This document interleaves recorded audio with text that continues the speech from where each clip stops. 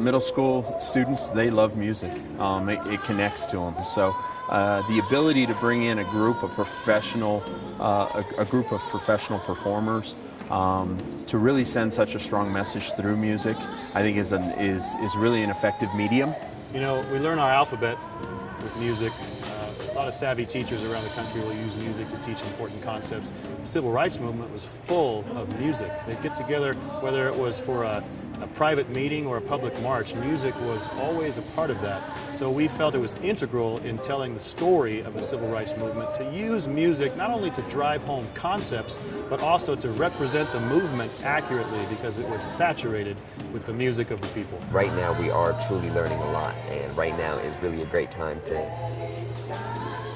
capture anybody and let them know about anything. And this just happens to be something really great that people should always know about.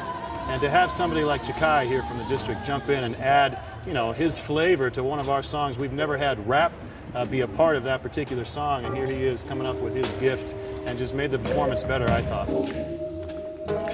Kingdom, yes, I'm in the kingdom. A lot of black leaders want the Kingston. Love for me and Luther. I wish I could see him. Thank you for every dream that you dreamed of. Unity, greatness is what we on the brink of.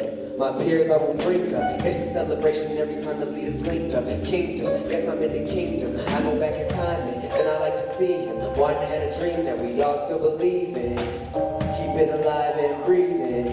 Can't let us step back sleeping. Martin wrote the speech, he'll forever be the kingpin. Even locked up, he still wrote with a kingpin. Leaders like this are seldom. It was a peaceful protest and they expelled him. So when I say Martin, y'all say Luther. Respect the G code, man, we all gotta salute him. Martin! I wanted to basically get the point across that Dr. King was a great man.